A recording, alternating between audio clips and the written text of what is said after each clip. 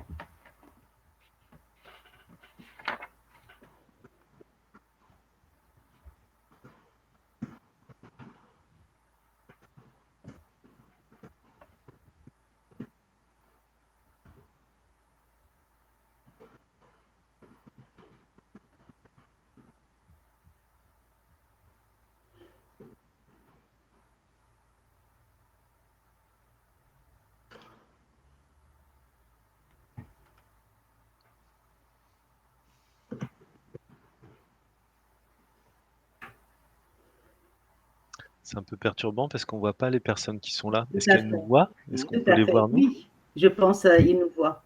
D'accord. Normalement, il nous voit, il nous entend. Ah bah Et bonsoir. ils nous entendent. Voilà, bonsoir. Ok. On peut Bonsoir, bonsoir. discuter. Ils peuvent réagir par le Par chat. le chat. Ok, ça marche. Voilà. Nous attendons encore quelques personnes et nous pourrons débuter la conférence. Et merci d'être à l'heure. Oui.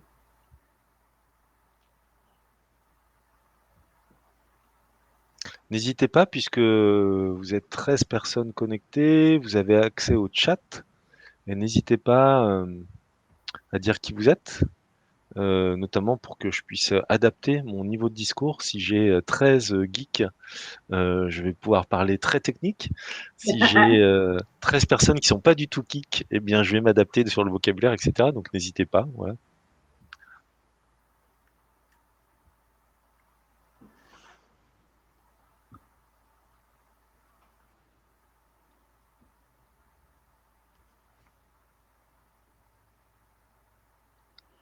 Ah, Marie-Odile nous dit, je ne suis pas geek. Ok, ça marche. Ok. Moi non plus, pas trop, hein, je vous rassure. Ça va pas être une conférence de geek.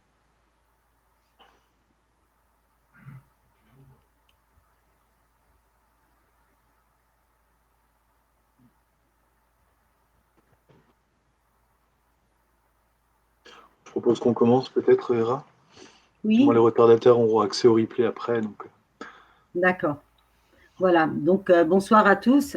Merci d'être avec nous ce soir dans le cadre de la Semaine du développement durable organisée par le réseau des médiathèques de Saint-Quentin et en Yvelines, qui a commencé le 22 mai et se terminera le 6 juin prochain. Vous trouverez le programme complet sur immédiathèque.sqy.fr. Nous vous proposons des conférences, ateliers, jeux, contes, mais également des ressources. Nous sommes ravis d'accueillir Frédéric Bordage pour une conférence intitulée « Le numérique responsable ». Frédéric Bordage, vous êtes expert français du numérique responsable et le fondateur du collectif Greenit, première communauté des acteurs du numérique responsable. Vous êtes également l'auteur des ouvrages et études de référence, notamment pour les plus récents, Sobriété numérique. Est-ce que vous voyez bien le livre que vous trouverez d'ailleurs dans les médiathèques, Les clés pour agir et Éco-conception web, les 115 bonnes pratiques. Et d'autres livres, il y a un troisième livre qui sortira en septembre 2021. Frédéric Bordage, vous êtes avec nous ce soir pour nous parler de votre engagement depuis 16 ans pour un avenir numérique responsable, durable ou sobre, parce que pour vous, il est urgent d'agir. Donc, chaque mot a un sens différent, mais c'est en même temps la même chose. Dans votre livre Sobriété numérique, vous écrivez, je vous cite, « À l'échelle numérique, nous sommes littéralement des hommes préhistoriques découvrant un feu qui nous fait peur et qui nous fascine par son potentiel autant positif que négatif. Si le numérique est à l'humanité actuelle ce que le feu était à nos ancêtres, alors nous devons absolument prendre conscience que nous sommes en train de nous brûler. Mais, vous dites plus loin, nous sommes à l'heure du choix et ce choix engage l'avenir de nos enfants. Donc, tout n'est pas perdu. Rassurez-nous. Oui, je vous rassure, tout n'est pas perdu. Avant de vous donner la parole, je voudrais demander aux participants de poser leurs questions en utilisant le chat à droite de votre écran. Et je vous présente mes collègues, Grégoire Martinez avec moi. Et dans les coulisses, vous avez mes collègues Mélissande Le Pêcheur et Marie Miez qui seront ravis d'accueillir vos questions.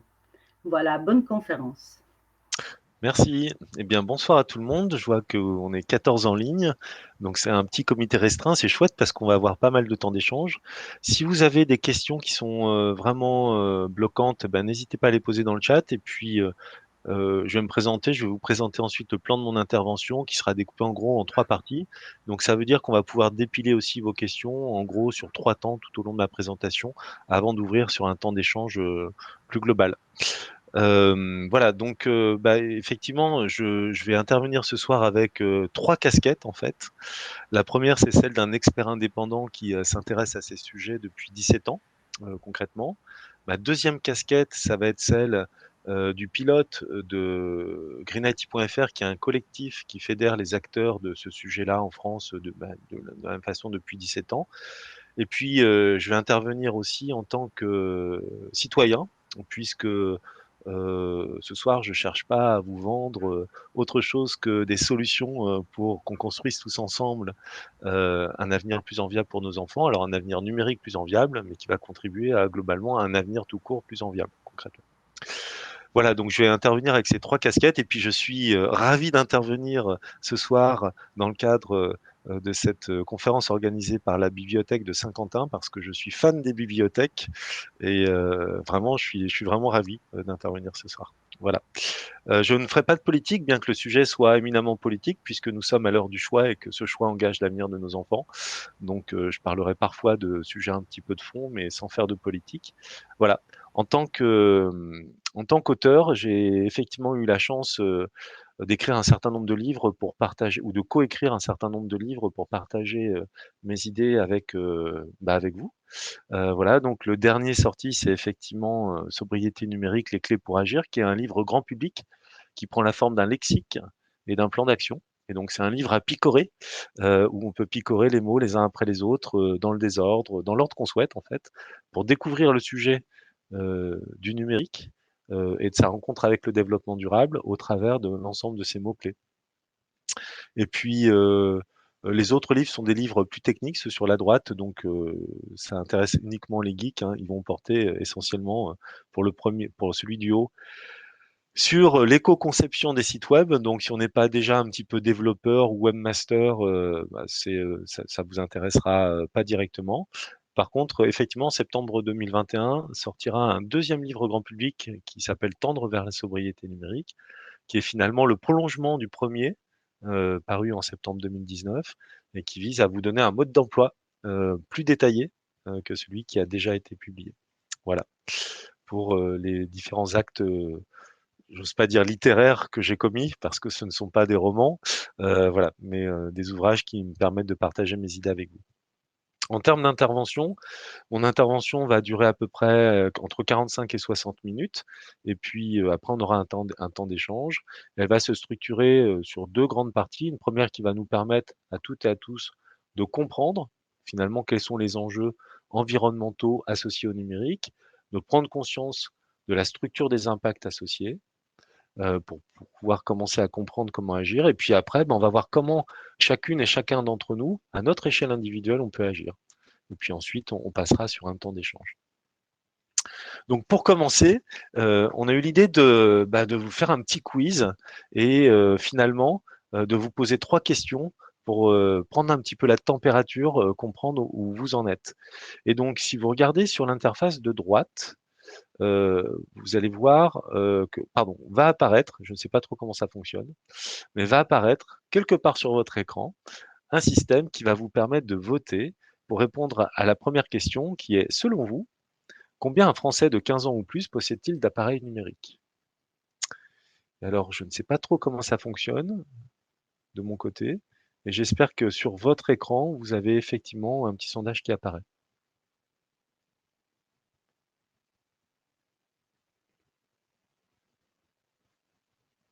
Donc, vous pouvez répondre en fait aux 3 questions, hein. Donc, selon vous, combien un Français de 15 ans ou plus possède-t-il d'appareils numériques? Moins de 5, entre 6 et 10 ou plus de 10. La deuxième question, c'est mon empreinte numérique, elle est surtout liée à quoi? Aux data centers, à leur consommation électrique? Au réseau, surtout à cause du streaming vidéo et a fortiori en 4G? Ou à la fabrication des équipements, c'est-à-dire, nos terminaux, smartphones, ordinateurs, télévisions? Et puis la troisième question, elle porte, un petit peu sur, quel est le geste clé que vous avez en tête le plus efficace pour répondre aux enjeux environnementaux associés au numérique? Est-ce que c'est de supprimer mes mails et toutes les autres données inutiles? Est-ce que c'est conserver plus longtemps possible mes appareils et éviter de me suréquiper? Ou, est-ce que c'est éteindre ma box à la maison et puis, d'acheter des appareils écolabellisés? Donc on vous laisse répondre aux 3 questions et puis, j'imagine que le système Webikeo sur lequel vous êtes connecté, va afficher le résultat, du vote, du sondage.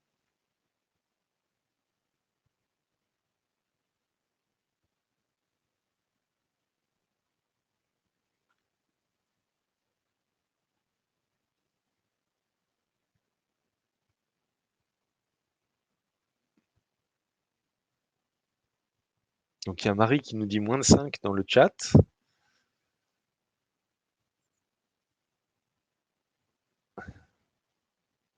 Donc de mon côté, je vois que vous êtes en train de voter, mais je ne vois pas le résultat, hein.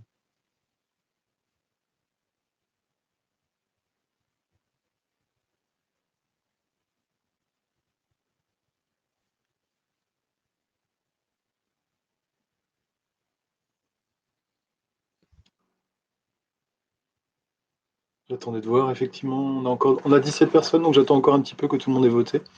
D'accord.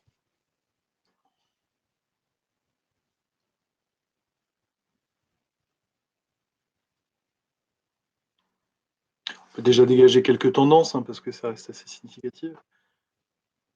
Vous les voyez, Frédéric, ou vous voulez que je vous les donne, peut-être?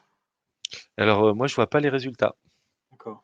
Ah, alors pour, Je vois combien juste en fait, on me dit que c'est en cours, mais je vois pas d'autres informations. d'accord. Alors, à la première question, combien un Français de 15 ans ou plus possède-t-il d'appareils numériques? On a 63 des réponses qui se prononcent entre 6 et 10 appareils numériques.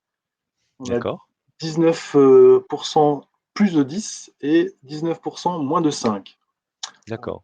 A priori, la tendance, ce serait entre 6 et 10.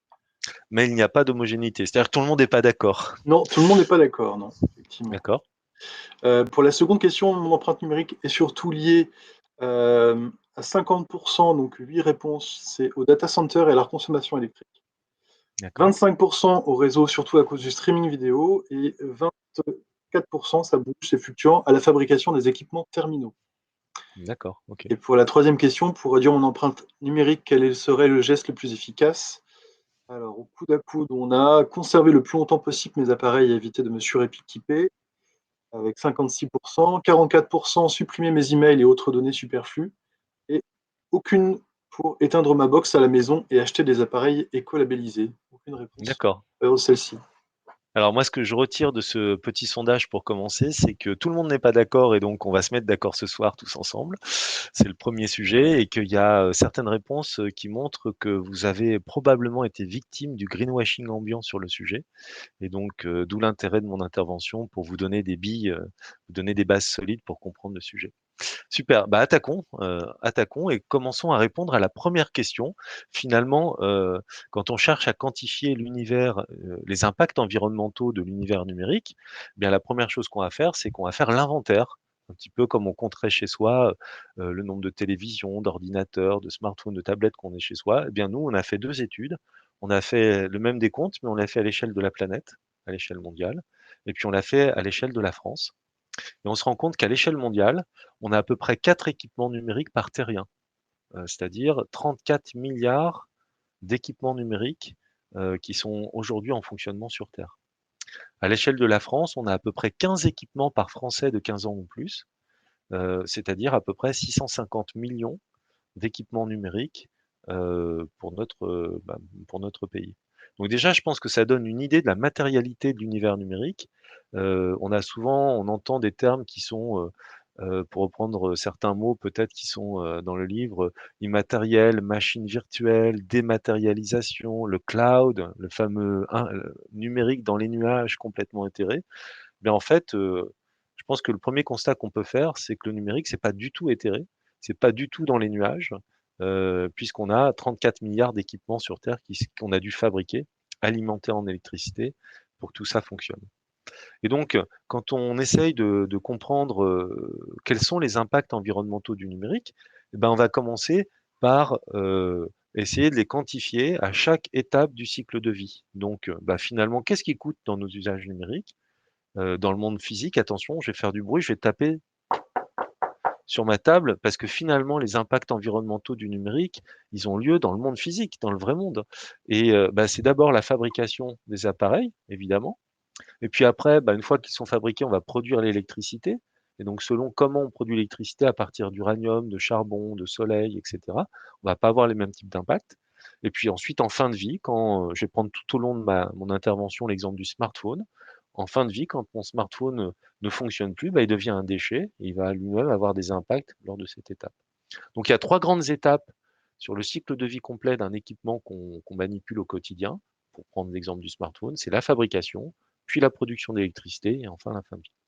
Et donc, pour chacune de ces étapes, eh bien, on va avoir jusqu'à 23 impacts environnementaux majeurs qui vont s'additionner, qui vont être par exemple la contribution à l'épuisement des ressources abiotiques.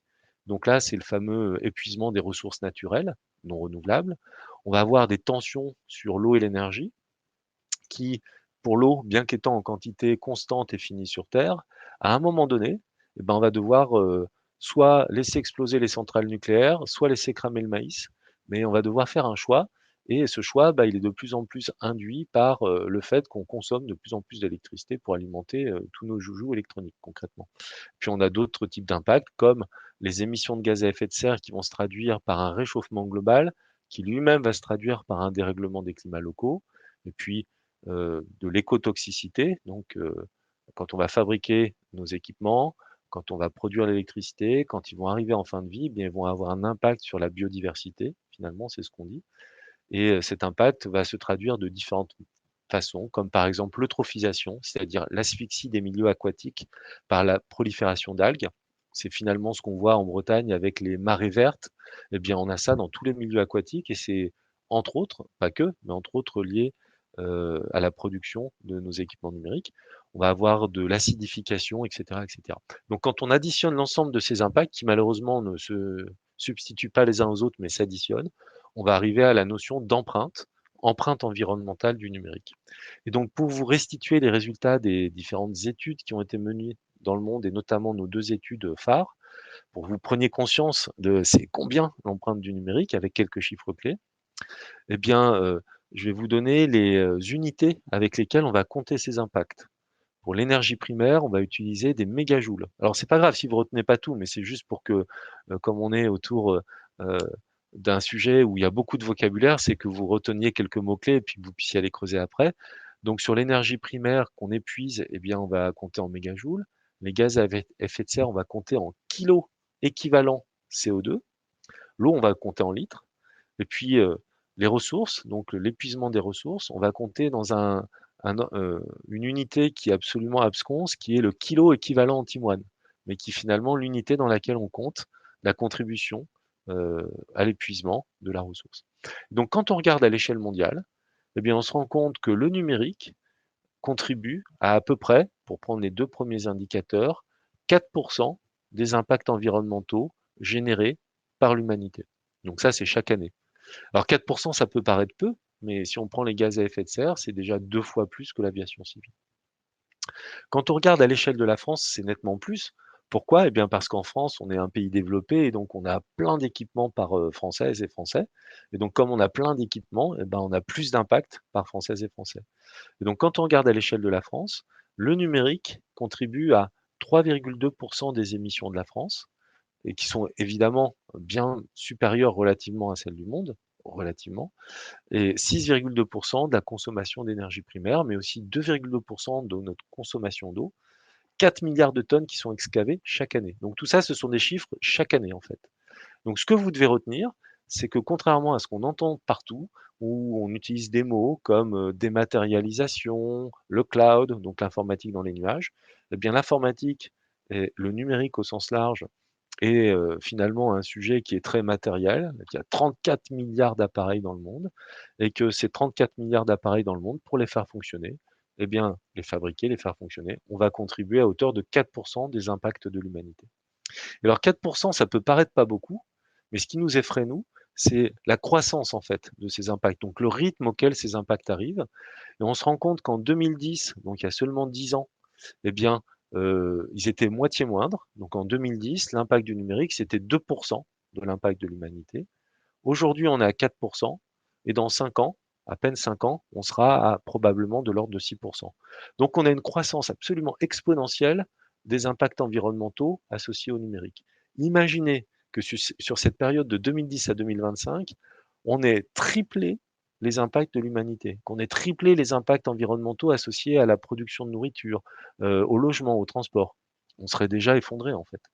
Et donc, une des spécificités du numérique, c'est d'avoir des impacts dont la croissance est exponentielle et statistiquement exceptionnellement rapide par rapport, heureusement, hein, que c'est que le numérique, par rapport à beaucoup d'autres domaines comme le transport, l'alimentation ou autre.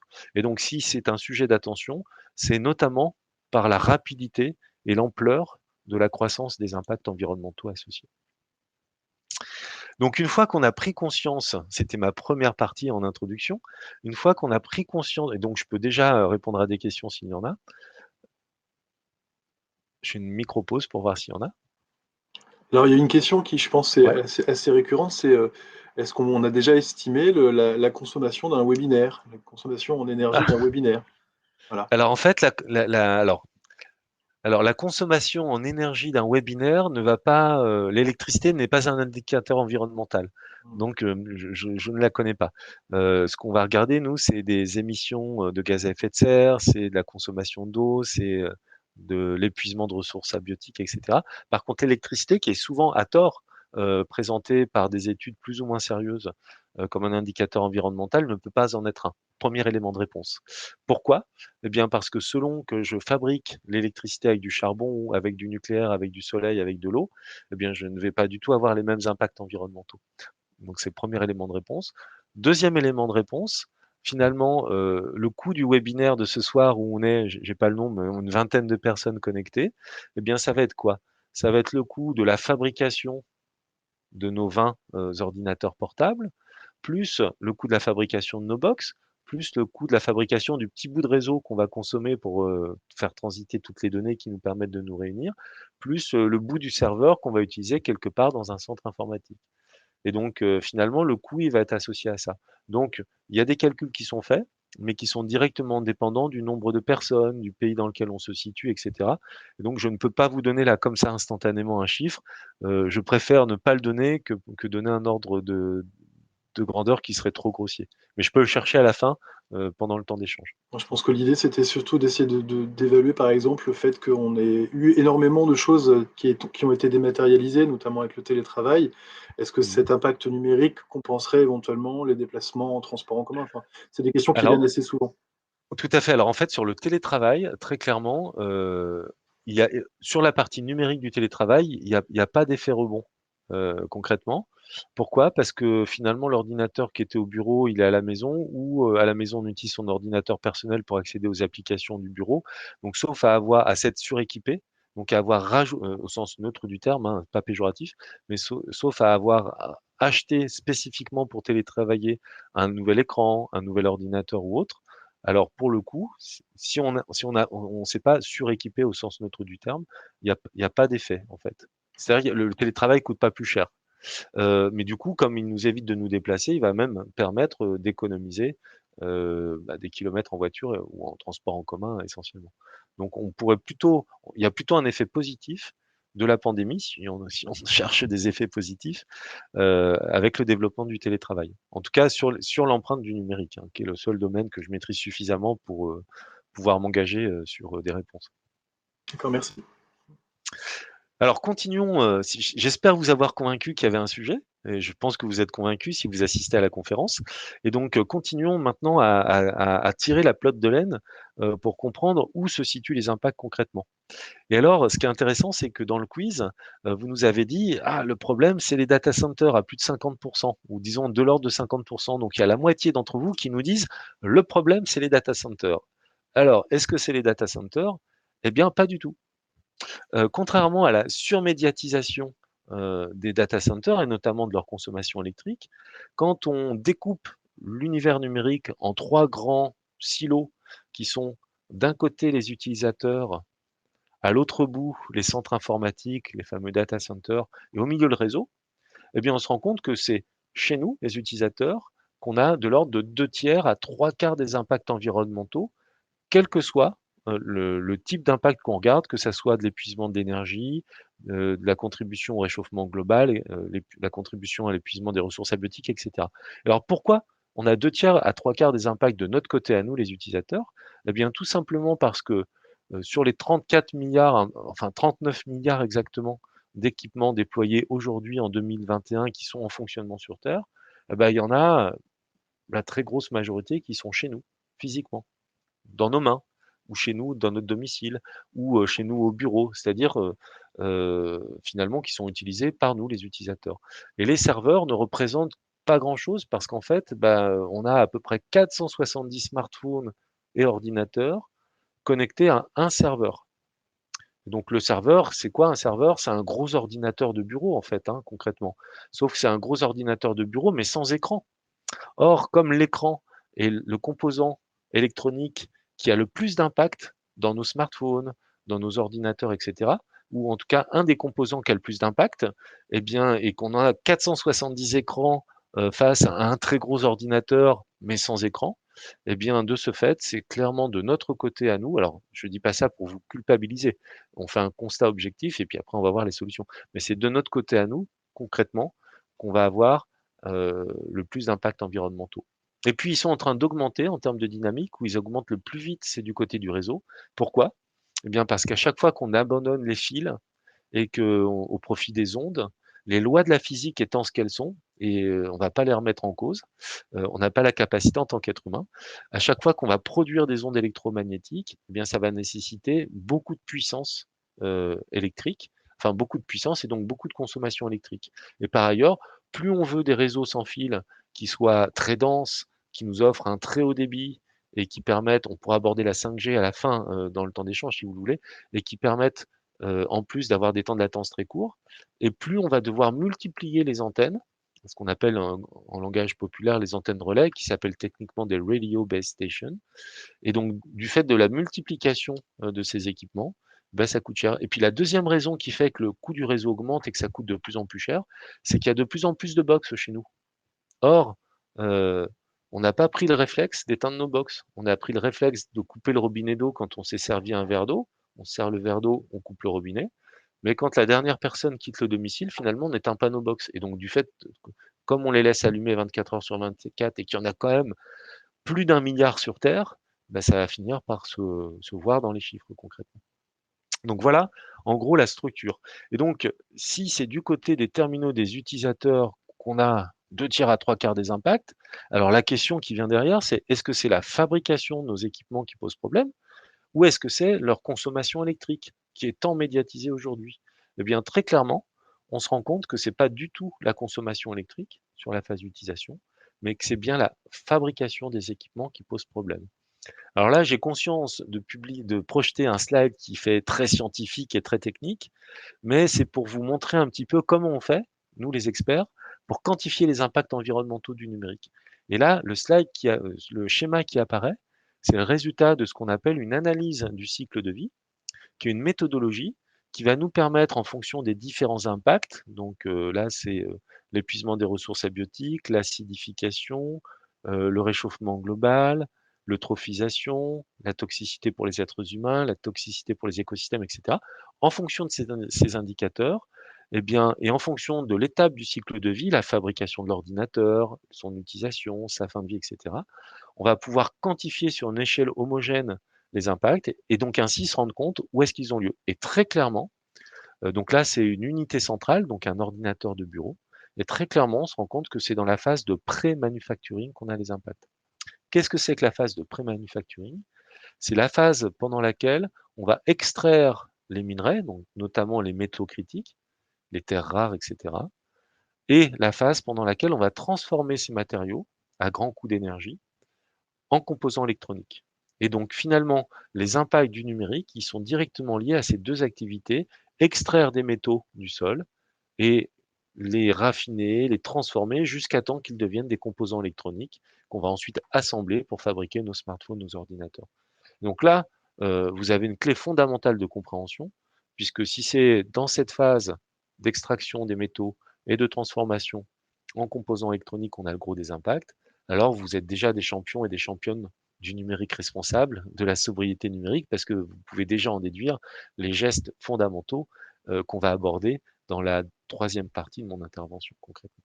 Mais avant, je voulais vous expliquer comment on en est venu à parler de sobriété numérique, comment on a forgé cette expression il y a une dizaine d'années au sein de greenIT.fr. Bien, cette expression, on l'a forgée quand on a pris conscience que vous êtes des drogués. J'espère que je vous ai choqué un tout petit peu. Vous êtes des drogués, je suis un drogué, nous sommes des drogués du numérique. Alors c'est démontré scientifiquement, hein, évidemment, mais nous sommes des drogués du numérique. Et alors, quand on prend conscience que nous sommes totalement dépendants à l'échelle individuelle, à l'échelle du pays, à l'échelle de l'Europe, à l'échelle de notre civilisation, que nous sommes totalement dépendants du numérique, et que cette ressource est elle-même non renouvelable, puisqu'elle est fabriquée à partir de matériaux non renouvelables, des métaux, du pétrole, etc., alors il y a un danger si elle s'épuise trop vite. Or, comme le numérique s'épuise inéluctablement et que nous en sommes dépendants, on s'est amusé, entre guillemets, à calculer quand est-ce qu'on n'aurait plus de numérique. Et on se rend compte que le numérique est une ressource qui sera épuisée dans 2 générations. Donc 2 générations, c'est absolument rien à l'échelle de l'humanité. Et donc c'est grave, hein, parce que le numérique, c'est une ressource critique parce qu'on en est dépendant. Et donc le sevrage dans 2 générations risque d'être tellement violent que c'est finalement donner raison aux collapsologistes et finalement se projeter dans Mad Max, littéralement. Mais d'un autre côté, quand on prend conscience que le numérique est cette ressource critique et qu'elle est aussi très intéressante pour modéliser le climat, pour passer des IRM, pour se soigner, etc., et que donc, normalement, on prend conscience qu'il faut l'économiser, et c'est comme ça qu'on a forgé l'expression sobriété numérique, qui est une démarche qui vise à tous les niveaux, donc le vôtre, le mien, celui de l'État, de la nation, celui des entreprises.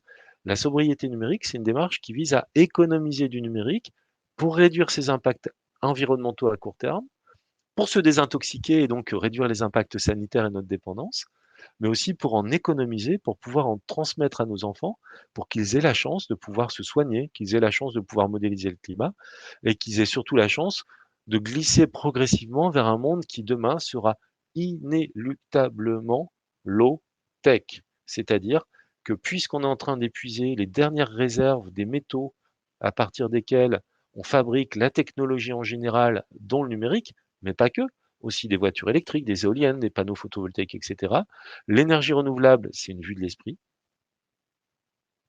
Le fait qu'on aura de la technologie encore demain, c'est une vue de l'esprit. Et donc, l'espèce de mirage dans laquelle la société d'aujourd'hui vit, qui consiste à imaginer que demain, nous vivrons tous dans des villes intelligentes, dans lesquelles des véhicules autonomes, blindés d'intelligence artificielle, conduiront toutes seules en transmettant des gigaoctets de données par seconde, avec tout ça, avec en plus au milieu de tout ça des tonnes d'écrans partout, géants, mais où les gens qui inventent ce futur vont-ils chercher les ressources matérielles pour le fabriquer? C'est une vue de l'esprit.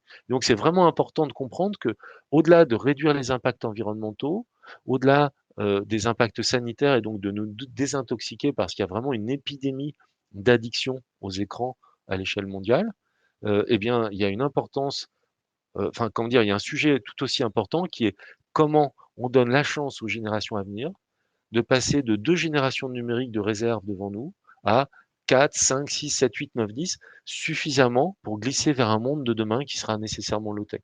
Et je peux vous dire que le livre papier, il est pas mort. Ça, c'est une évidence, compte tenu des constats qu'on fait là. Donc une fois qu'on a pris conscience de ces constats, eh bien, très logiquement, le sujet, ça va être, de fabriquer moins d'équipements. Si je veux dire, c'est du bon sens, hein. Fabriquer moins d'équipements, puisque c'est quand on les fabrique qu'on a des impacts.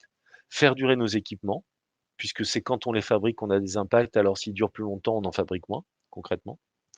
Et puis aussi, ça nous donnera la chance de pouvoir peut-être un jour les collecter et peut-être un jour les recycler, puisqu'aujourd'hui, on collecte très peu et on recycle encore plus mal nos équipements. C'est catastrophique. Autant vous dire que quand je vous dis recyclage, je sais qu'inconsciemment, vous avez la couleur verte qui apparaît dans votre tête. C'est normal. Vous pouvez pas lutter, c'est inconscient.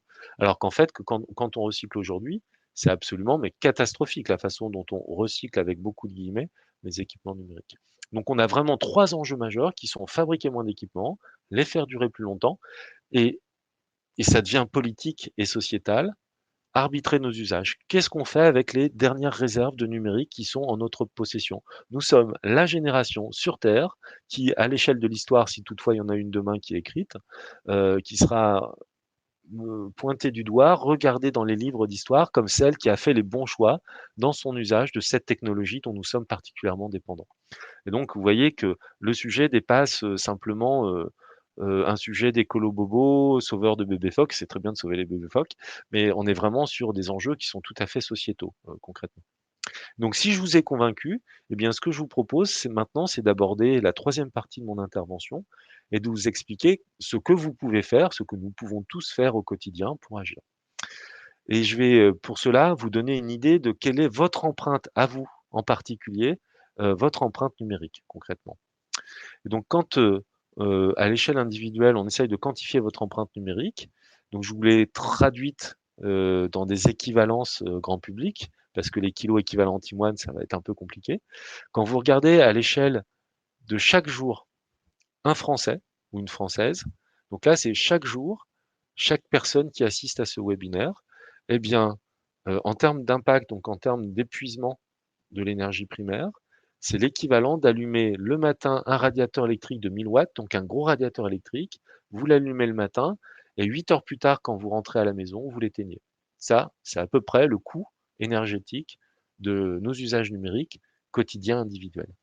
En termes d'émissions de gaz à effet de serre, c'est l'équivalent de 6 kilomètres supplémentaires. Donc 6 kilomètres, ça commence à faire quand on multiplie par 58 millions de Français. C'est l'équivalent de 2,5 packs d'eau minérale de 6 litres. Donc, je ne sais pas si vous imaginez le poids. J'espère que je réveille votre mémoire kinesthésique, mais j'espère que vous sentez quand vous soulevez les poids, les packs d'eau minérale, si toutefois vous en achetez encore, quand vous les soulevez, eh bien, c'est tout à fait conséquent puisque c'est tous les jours pour chacune des personnes qui assistent à ce webinaire. Et c'est 7 fois votre poids tous les jours de terre qu'on va extraire et qu'on va brasser ensuite pour en extraire des terres rares, des métaux critiques, etc. à notre échelle individuelle. Ça, c'est dans vos usages perso. Mais après, il y a tous nos usages professionnels, c'est-à-dire quand on est au bureau en plus. Et quand on ajoute tous nos usages quand on est au bureau, eh bien, il faut rajouter 3 radiateurs électriques de 1000 watts. Donc, au total, on arrive à 4 radiateurs électriques de 1000 watts. Ça commence à faire.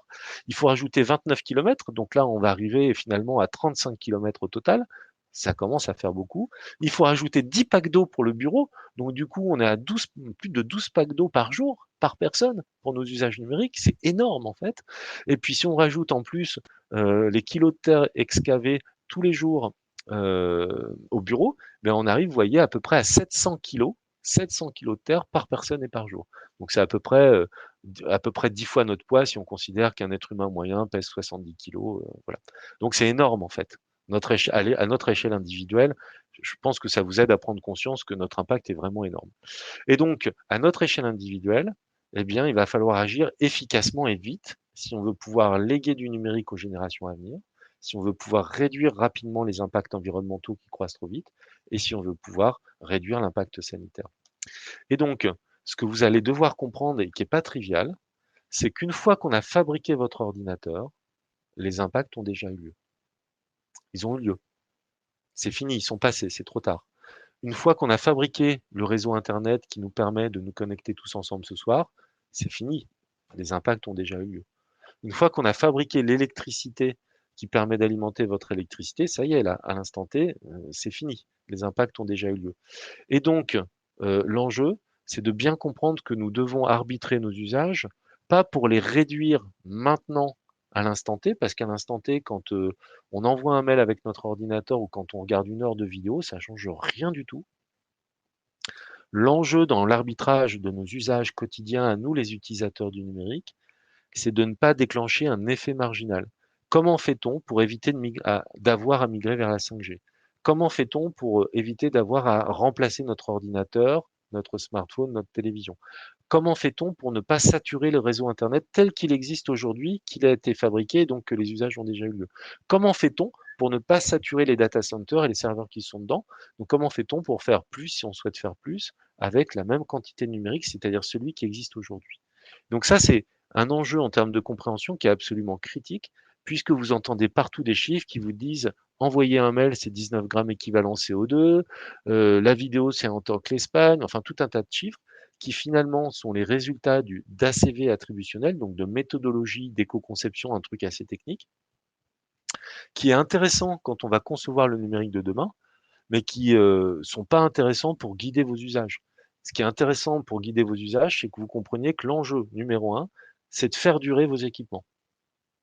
Et donc, si vous considérez que et donc après, il faut comprendre comment faire durer vos équipements. Et c'est les gestes clés qu'on va aborder juste après.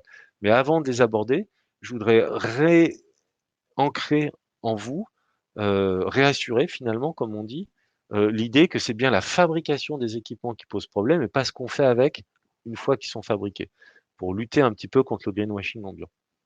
Et donc pour ça, je vais ouais, Ouais, peut-être juste 2 questions qui permettent avec de plaisir. rebondir sur ce que tu nous expliquais. On a eu Ouais. 2 questions. La première, c'est est-ce il existe des études ou des recherches qui permettraient d'imaginer une substitution pour les métaux ou les matières premières qui servent à la fabrication de ces équipements? Alors Et effectivement, voilà. c'est une question fort judicieuse. Je vais la dépiler, pour commencer. Effectivement, j'ai cette question tout le temps, jusqu'à des gens qui me disent: «Vous inquiétez pas, on va exploiter la Lune». Heu, oui, il y a énormément de recherches fondamentales et appliquées en cours, des milliers de chercheurs qui cherchent à substituer l'ensemble des métaux critiques, qui sont dits critiques parce que, ben, on n'en a plus assez, et qui cherchent à substituer les terres rares qui sont pas rares du tout, mais qui sont très peu concentrées dans le sol et donc qui coûtent très cher d'un point de vue environnemental à extraire, raffiner et cetera. Et donc il y a des recherches qui sont en cours. Malheureusement, il est évident que puisqu'il nous reste 30 ans, une à 2 générations devant nous, c'est évident qu'on ne sera jamais capable, de remplacer tous les métaux qui sont en train de disparaître suffisamment vite, pour que d'ici 30 ans, on ait déjà remplacé transformé la recherche fondamentale actuelle en processus industriels, économiquement viables, les avoir implantés dans les usines et ça y est, tout ça c'est fait dans 30 ans et on a des ordinateurs qui sont plus fabriqués avec les mêmes matériaux. C'est absolument compte tenu du rythme auquel, croît l'industrie électronique, c'est absolument impossible, sauf à ce qu'on invente un ordinateur organique, biologique, constitué de matière organique. Mais vous imaginez qu'on ne va pas faire ça en 30 ans. Et donc, la meilleure solution à court terme, pour, réduire les impacts, préserver la ressource numérique, c'est de l'économiser et pour l'économiser, il faut allonger la durée de vie concrètement. Et donc on va heureusement peut-être arriver à substituer certains matériaux, mais on a une deuxième difficulté quand on substitue des matériaux, c'est qu'on a beaucoup de matériaux qui sont des sous-produits, de l'industrie métallurgique et qui vont être utilisés comme dopants d'autres matériaux. Ce qui fait que l'association entre ces matériaux fait que quand bien même on en remplacerait un, eh bien, les systèmes qu'on avait trouvés pour doper le matériel ne fonctionne pas. Et de toute façon, on est obligé de consommer et de produire toujours plus d'autres biens manufacturés pour disposer des sous-produits de l'industrie qu'on va ensuite utiliser dans l'industrie numérique. Donc en fait, on est dans une boucle ouverte, Continue. on est dans une course infinie où il n'y a pas d'asymptote, quoi, concrètement. D'accord. Et alors, seconde question, si vous permettez, effectivement, donc on a vu que c'était pas possible Mm. de régler le problème des matériaux rares. L'autre question, effectivement, la solution que vous nous semblez nous proposer, ce serait de faire durer les matériaux, en l'occurrence qu'on a déjà. On connaît l'histoire de iFixit, effectivement, avec iPhone qui s'était fait taper sur les doigts, parce qu'à chaque Mhm. fois qu'on leur proposait de mettre en place des systèmes pour remplacer les batteries, Mm. ils changeaient les vis pour que les gens ne puissent pas modifier eux-mêmes leur matériel. Donc, on a vu Tout à fait. l'apparition d'autres téléphones, en l'occurrence le Fairphone, et on avait une question justement sur le Fairphone. Mm. Est-ce que le Fairphone rentrerait, selon vous, dans les technologies qui permettraient de rallonger la durée de vie de nos appareils numériques? en l'occurrence des Ah oui, téléphones portables. alors tout à fait. Alors j'ai pas d'action chez Fairphone, que les choses soient Mmh. claires, j'en ai pas chez Apple. Voilà, hein, disclaimer. Mais oui, tout à fait, Fairphone, c'est une ONG qui se cache derrière les habits d'un fabricant pour démontrer qu'une toute petite ONG, un tout petit fabricant, qui, fait rigoler les sous-traitants de rang 5 en Chine, tellement ils sont petits, ils produisent même pas 100 000 pièces par an. C'est des nains, ils sont microscopiques, quoi. Ce sont des microbes, voilà. Fairphone, c'est un microbe sur le marché du mobile. Eh bien, Fairphone, malgré le fait qu'il soit un microbe, et donc vous imaginez la difficulté pour lui d'arriver à sortir un smartphone à un tarif à peu près compétitif. C'est un parcours du combattant. Malgré ça, ils arrivent à sortir un smartphone compétitif où n'importe qui peut changer les pièces clés d'usure, la batterie, le support de stockage, le capteur appareil photo. Donc c'est un formidable, une démonstration qui, c'est la démonstration que s'ils le souhaitaient vraiment, Apple, Samsung, enfin les grands fabricants en général, pour 2 $ de plus par appareil, seraient capables de nous proposer des équipements comme Fairphone, c'est-à-dire modulaires, peuvent avoir des durées de vie de l'ordre de 3 à 4 fois plus longues que des équipements dont les batteries sont soudées, malgré la réglementation européenne qui normalement interdit le fait que les batteries soient soudées, etc. Donc Fairphone, c'est un formidable exemple qui montre que c'est possible pour 2 $ de plus. Donc à nous aussi de jouer le jeu et d'être prêt à payer 2-3 $ de plus.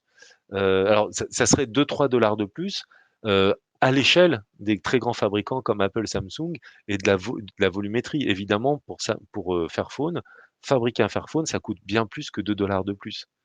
Parce qu'ils sont tout petits et qu'ils ont des toutes petites séries de 100 000 équipements quand les autres en produisent des centaines de millions par an. Heu, donc c'est un très bon exemple, et autant on pouvait faire des reproches au Fairphone 2 qui était pas tout à fait abouti, autant le Fairphone 3 qui a été mis sur le marché, il y a quelques mois, est un équipement qui est vraiment abouti, enfin voilà, ça fonctionne vraiment bien, quoi. On prend pas de risque à s'équiper avec cet outil-là. Et Et alors du par coup, ailleurs, comment est-ce l'autre as pardon.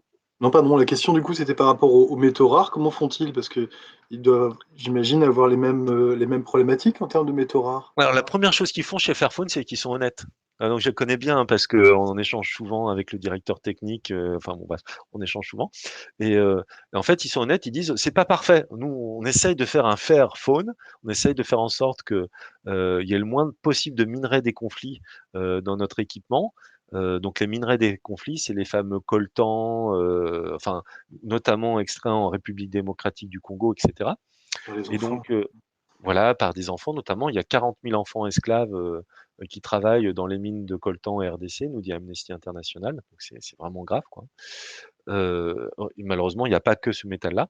Et donc ce que fait Fairphone, c'est déjà il est honnête. Il dit: «On essaye de tracer le plus possible, la provenance des métaux qui sont utilisés par les sous-traitants de nos sous-traitants, pour éviter de pas d'avoir des minerais des conflits dans nos smartphones». Et donc, ce qu'ils font, c'est qu'ils vont faire ce qu'on appelle en anglais une due diligence. Donc, ils vont enquêter sur le terrain auprès des sous-traitants des fabricants auxquels ils s'adressent pour fabriquer leur smartphone. Et puis, comme ça, ils essayent de remonter la chaîne de responsabilité pour s'assurer le mieux possible qu'il n'y a pas de minerai des conflits dedans. Donc, c'est pas parfait, hein, loin de là, hein, évidemment.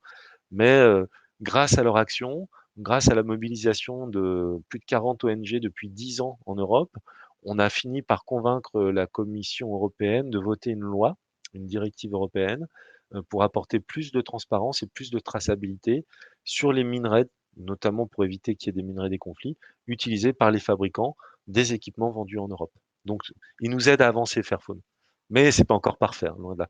Et puis l'autre intérêt de Fairphone, enfin, et donc de la modularité de ce smartphone, c'est que comme c'est plus modulaire et que ça a été aussi pensé pour être plus facile à réemployer, à réparer, mais aussi à recycler, les pièces sont plus souvent marquées, et donc enfin un recycleur qui va chercher à récupérer les matériaux pourra le faire plus facilement, parce que un des trucs des fabricants pour éviter que ça soit facile de réparer, et a fortiori de recycler leurs équipements, c'est qu'ils marquent pas les pièces. Donc on ne sait pas quelle est la nature du plastique, on ne sait pas quelle est la nature du métal qu'on peut pourtant désosser. Et donc de ce fait, ça simplifie grandement le recyclage quand les pièces sont marquées et qu'on a ces informations, quoi. D'accord, donc ça lutte contre l'obsolescence programmée en l'occurrence. Tout à fait. Alors on pourra revenir, j'ai pas de slide sur l'obsolescence programmée, qui est un sujet que je connais très bien. D'ailleurs, en ce moment, à l'Assemblée nationale, il y a une loi qui est en train d'être votée, qui aborde ces problématiques-là dans le monde du numérique et pour laquelle on a fait plein de propositions. Donc je pourrais aussi vous parler de cette actualité. Et par ailleurs, je suis un des experts techniques de l'association qui s'appelle Halte à l'obsolescence programmée, qui est l'association qui s'intéresse en France à ces sujets et qui fait avancer le sujet concrètement en France. Donc je pourrais revenir sur l'obsolescence programmée si c'est un des mots-clés qu'on Merci. développe lors du temps d'échange. Donc vous l'aurez compris, il va falloir être efficace dans nos actions.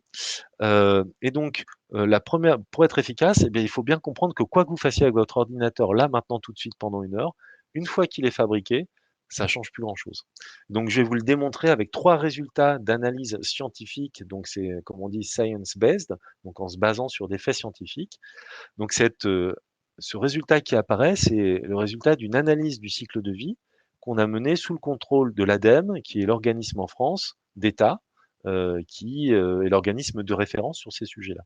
Et évidemment, on a travaillé aussi avec d'autres acteurs de référence dont je ne vais pas égrener les noms, on n'est pas aux Oscars. Et donc, ce qu'on se rend compte, en fait, ce dont on se rend compte, c'est que quand on regarde où se situent les impacts associés au fait de trouver l'horaire d'un train. Donc, vous allez sur le site de la SNCF et puis vous cherchez l'horaire d'un train. Donc, derrière cet acte numérique, eh bien, on se rend compte que ce qui coûte le plus cher, c'est les grandes barres bleues. Donc, c'est de fabriquer le terminal, donc l'ordinateur, à partir duquel on va se connecter sur le site web de la SNCF pour ensuite rechercher l'horaire du train. Et on voit que finalement, la part du cloud ou des data centers, c'est le bout orange, ben, elle n'est pas énorme. Et que donc très clairement, quand on cherche à trouver l'horaire d'un train, c'est bien les grandes barres bleues, donc la fabrication de nos terminaux qui pose problème. Donc ça, c'est un résultat qu'on dit en ACV attributionnel, c'est-à-dire qu'on va attribuer théoriquement des impacts qui ont déjà eu lieu, puisque notre ordinateur a déjà été fabriqué une fois quand on va se connecter sur le site de la SNCF. Et ce qu'on fait, c'est qu'on le fait au prorata temporis. Donc on se dit un ordinateur, il fonctionne 1000 heures sur sa durée de vie. Pour aller trouver l'horaire du train, eh ben, il faut 1 heure sur le site de la SNCF. Et donc, on va prendre 1 millième des impacts environnementaux associés à la fabrication de l'ordinateur.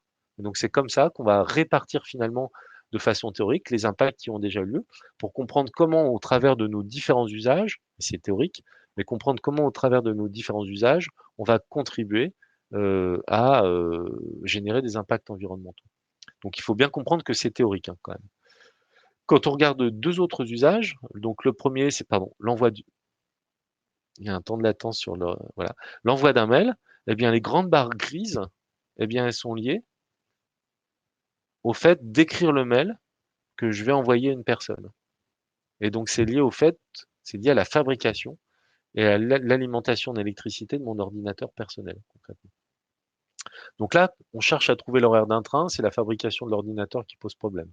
On envoie un mail, c'est la fabrication de l'ordinateur qui pose problème. Contrairement à ce qu'on vous a dit, on va parler du greenwashing après, le stockage des mails, c'est un détail. Le stockage des mails, ici, je vais essayer de retrouver, je ne sais même pas où il est. C'est une petite barre orange, là, orange foncé, qui apparaît pas tellement c'est petit. Et si je cherche l'autre stockage, c'est-à-dire le stockage de mes mails à moi en tant qu'expéditeur, c'est les barres jaunes qui apparaissent. Et donc, vous voyez que dès qu'on a une approche scientifique, eh bien, on se rend compte que contrairement à ce qui est dit un peu partout dans les médias, les impacts de nos usages sont pas du tout où on pense. C'est bien la fabrication. Et on va reprendre un dernier sujet qui est hyper médiatisé, qui est le streaming vidéo, où tout le monde se dit, oh là là, c'est grave, j'ai fait 1 heure de streaming vidéo, mais à culpa, je vais me confesser. Eh bien, et les gens pensent que le problème, à tort, c'est la bande passante, c'est-à-dire le réseau Internet. Eh bien, on se rend compte quand on fait toujours une analyse du cycle de vie, que ce sont les grandes barres bleues que vous voyez à l'écran qui concentrent les impacts. Et les grandes barres bleues, vous savez ce que c'est? C'est la fabrication de la télévision qui trône fièrement au milieu du salon. Donc finalement, ce qui coûte dans le streaming, c'est pas tant que ça soit du streaming, c'est le fait qu'on regarde la télé. Et donc après, qu'on regarde la télé en streaming ou qu'on regarde la télé au travers de la TNT ou au travers d'un lecteur de DVD ou de ce que vous voulez, c'est finalement la fabrication de la télévision qui concentre le plus d'impact dans le fait de regarder pendant 1 heure la télévision. Donc, on vous conseille de lire des livres, ça aura nettement moins d'impact concrètement. Je profite, hein, comme on est dans un contexte d'une bibliothèque, pour une fois qu'on peut le dire. Enfin voilà. Donc voilà. Donc je pense que vous avez compris que c'est bien la fabrication de vos terminaux qui pose problème. Et donc si on commence à rentrer sur les gestes que vous pouvez mettre en œuvre au quotidien, concrètement, qui coûtent rien, qui nécessitent pas d'expertise, vous n'avez pas besoin d'installer un nouveau logiciel et c'est gratuit. Eh bien, c'est réduire votre taux d'équipement. Donc ça veut dire ne pas vous équiper. Vous n'avez pas loupé votre vie à 40 ans si vous n'avez pas de montre connectée. Je vous promets, hein, vous verrez. À 41 ans, vous vous rendrez compte que finalement, vous n'aviez pas loupé votre vie, concrètement. Donc, si vous évitez de vous suréquiper, donc que vous ne cédez pas aux sirènes du marketing, finalement, et que vous essayez de jouer sur l'effet de mutualisation d'un certain nombre d'équipements, ce qui a été fait de façon notable avec le smartphone, qui finalement remplace un téléphone mobile, un appareil photo, un lecteur MP3, un GPS, parfois un ordinateur et encore bien d'autres outils, et bien finalement, le smartphone, c'est un formidable progrès d'une certaine façon. Parce que si on devait avoir ces 6, 7, 8, 10 appareils fabriqués les uns à côté des autres, eh bien, on aurait nettement plus d'impact. Donc, ce phénomène de mutualisation, il est intéressant. Donc, à chaque fois que vous allez pouvoir mutualiser des usages dans un seul équipement, ça va réduire les impacts. Évidemment, on vous encourage aussi à mutualiser les appareils entre vous, c'est-à-dire prêtez-vous votre vidéoprojecteur, prêtez-vous votre console de jeu entre voisins, etc. Plus on va mutualiser, donc plus on va se prêter des appareils ou se louer des appareils, rentrer dans l'économie de fonctionnalité, et finalement, moins ça va coûter, parce qu'on aura besoin de moins d'équipements pour répondre à la même quantité d'heures de jeux vidéo, la même quantité de je ne sais quoi, si on se prête des équipements. Le deuxième sujet, c'est donc d'allonger la durée de vie des équipements. Et alors là, la meilleure façon d'allonger la durée de vie des équipements, c'est que vous arrêtiez d'être le premier levier de l'obsolescence programmée. Je le fais exprès pour vous choquer, je le dis comme ça. Mais finalement, nous sommes le premier levier de l'obsolescence programmée. Nous n'avons pas peur de rouler à 130 km/h dans des voitures d'occasion sur l'autoroute avec notre vie, la vie de nos enfants dedans, et on a peur d'acheter un smartphone reconditionné ou une télévision d'occasion. Mais il n'y a pas de mort d'homme. Enfin, je veux dire, c'est pas grave, il tombe en panne, on le répare. Enfin voilà, c'est pas grave. Je veux dire, c'est pas comme s'il y avait vos enfants dans une voiture sur l'autoroute à 130 km/h, quoi, concrètement. Et on a des blocages psychologiques qui ont été générés en grande partie par l'industrie, sans vouloir lui taper dessus, mais c'est un fait, qui nous laisse penser que le numérique, ça peut pas s'utiliser d'occasion. Mais bien sûr que le numérique, ça peut s'utiliser d'occasion. Bien sûr, ça fonctionne très bien d'occasion. À partir du moment où on achète un équipement professionnel, par exemple, qui a été déstocké, qui est sorti d'une entreprise et qu'on l'achète nous pour nos usages particuliers. Donc, quand on choisit une gamme d'équipements de qualité, le numérique d'occasion, que ce soit des télévisions, des écrans, des ordinateurs ou autres, ça fonctionne bien. Et donc, il faut absolument que nous jouions notre rôle en tant que consommateurs en acceptant d'utiliser des équipements d'occasion pour doper, massifier le réemploi. Ça, c'est le premier aspect. Le deuxième aspect, c'est que faire réparer, c'est bien, et autant que vous pouvez le faire, faites-le. Mais par contre, ça coûte vite très cher. Et donc, l'enjeu, c'est quand vous vous séparez d'un équipement qui fonctionne encore, on a le droit d'être geek, on a le droit de se faire plaisir, on a le droit de changer d'ordinateur tous les 2 ans ou de smartphone tous les 2 ans. Par contre, ce dont on n'a pas le droit en termes de responsabilité vis-à-vis de nos enfants, c'est de le mettre à la poubelle. Et donc, si vous lui donnez une seconde vie, c'est-à-dire que vous vous arrangez pour qu'un professionnel rachète votre smartphone ou votre ordinateur qui fonctionne encore, eh bien, il va vous le racheter, ça va vous rapporter de l'argent. Il va le remettre en état et le revendre pour lui donner une seconde vie. Et donc, on va réemployer l'équipement et finalement, vous allez faire des heureux. Donc, l'enjeu, c'est pas tant de conserver 2 ans, 4 ans, 5 ans, 6 ans un smartphone chez soi. Faites comme vous voulez. L'enjeu, c'est de s'assurer qu'on lui donne une seconde vie quand il est encore parfaitement fonctionnel. Et puis, on va avoir ensuite un troisième geste qui va être important, c'est couper le robinet Wi-Fi. S'il vous plaît, vous coupez le robinet d'eau quand vous avez fini de vous servir un verre d'eau. Coupez le robinet Wi-Fi. Aujourd'hui, on a 2 tranches de centrales nucléaires qui servent uniquement à alimenter l'ensemble des appareils électriques qui restent en veille quand qui restent en veille ou qui restent allumés quand on n'en a pas besoin, et notamment les box. Quand il n'y a plus personne au domicile, la box qui reste allumée, ça sert absolument à rien. Quand on dort, la box, ça sert à rien. Et donc, c'est vraiment un geste très simple. Vous appuyez, vous branchez votre box et tous vos appareils électroniques du salon sur une multiprise avec un interrupteur, ça vaut 5 euros. Et puis, le soir, quand vous couchez, vous appuyez sur l'interrupteur et puis, c'est fini, quoi, tout est éteint. Et du coup, avec ces 3 gestes très simples, vous allez atteindre 80% des leviers qu'on peut atteindre. Ils sont gratuits, ne nécessitent pas d'expertise technique et c'est les gestes efficaces.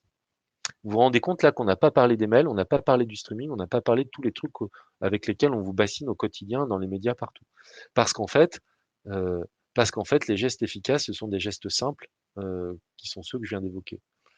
Alors évidemment aussi, quand vous avez un équipement qui fonctionne plus, il faut absolument, je regarde l'heure, il faut absolument privilégier le fait que cet équipement soit, que vous le rapportiez dans un point de collecte pour qu'il soit dépollué et si possible recyclé, pour éviter d'avoir de la pollution associée, un équipement que vous jetteriez à la poubelle alors qu'en fait il faut le dépolluer plutôt que le jeter à la poubelle.